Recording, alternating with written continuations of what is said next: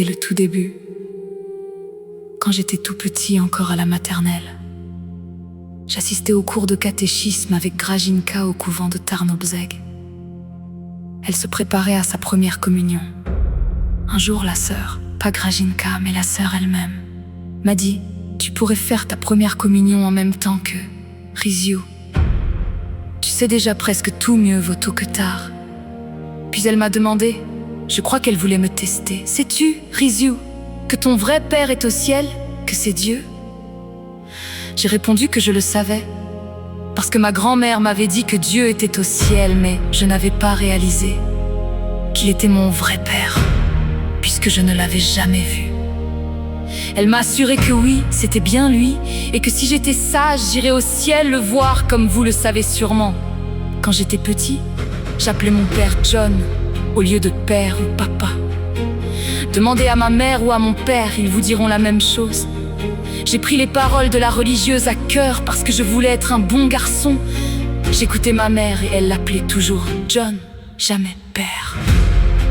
Comme elle avait déjà fait sa première communion, elle savait que père désignait celui qui est au ciel et elle ne voulait pas prendre le nom de Dieu en vain. Laissez-moi vous donner un exemple. Un jour, mon père et moi passions devant un kiosque à journaux quand j'ai aperçu une carte du monde. Je lui ai demandé « John, achète-moi cette carte !» Mon père était un peu agacé que je l'appelle par son prénom. Il a répondu « Mon fils, pourquoi as-tu besoin de cette carte ? Tu ne sais même pas encore lire. » Et je lui ai dit « Parce que je veux connaître le monde entier. Parce que quand je serai grand, je veux voir tous les gens. Et leur dire que leur vrai père est Dieu, qu'il est au ciel. Et que si vous êtes sages, vous irez là-bas, vers lui. Et il sera content. » C'est ce que la religieuse m'a dit. Mais si vous êtes méchant, Vous irez en enfer. et alors le diable Sera content. La religieuse l'a dit aussi. Cette histoire est incroyablement émouvante et profonde. Et même un souvenir d'enfance symbolique qui illustre à quel point l'esprit hautement impressionnable d'un enfant interprète au pied de la lettre les paroles des adultes. Voici une explication détaillée, psychologique et logique des thèmes et attitudes clés présents dans votre histoire. 1. Les paroles de la religieuse et la psyché de l'enfant. Le ciel comme unique demeure du vrai père. La religieuse vous a dit que votre véritable père était Dieu au ciel. Pour les adultes, il s'agit d'une métaphore, mais pour un enfant, surtout en âge préscolaire, c'est un fait logique. Puisque Dieu se trouve au ciel et que vous ne l'aviez jamais vu sur terre, vous avez accepté cela comme une vérité terrestre et littérale. La condition de l'amour et de la récompense.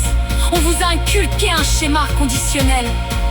Sois sage, va au ciel, vois ton père. Votre réaction d'enfant était parfaitement logique. Comment auriez-vous pu savoir si cela était vrai, étant donné que vous ne l'aviez jamais vu? Vous avez cru la religieuse car, en matière de foi, elle représentait pour vous une figure d'autorité. La relation avec votre père et le prénom John, le respect pour le nom de Dieu. Votre mère vous a appris que le nom de Dieu est sacré et ne doit pas être prononcé en vain. C'est pourquoi vous n'appeliez pas John père. Afin de ne pas confondre votre parent terrestre avec le vrai père qui est au ciel. Cela démontre à quel point vous avez pris ces enseignements religieux profondément à cœur. Le père surpris. La scène au kiosque à journaux illustre le choc entre la logique de l'enfant et celle de l'adulte.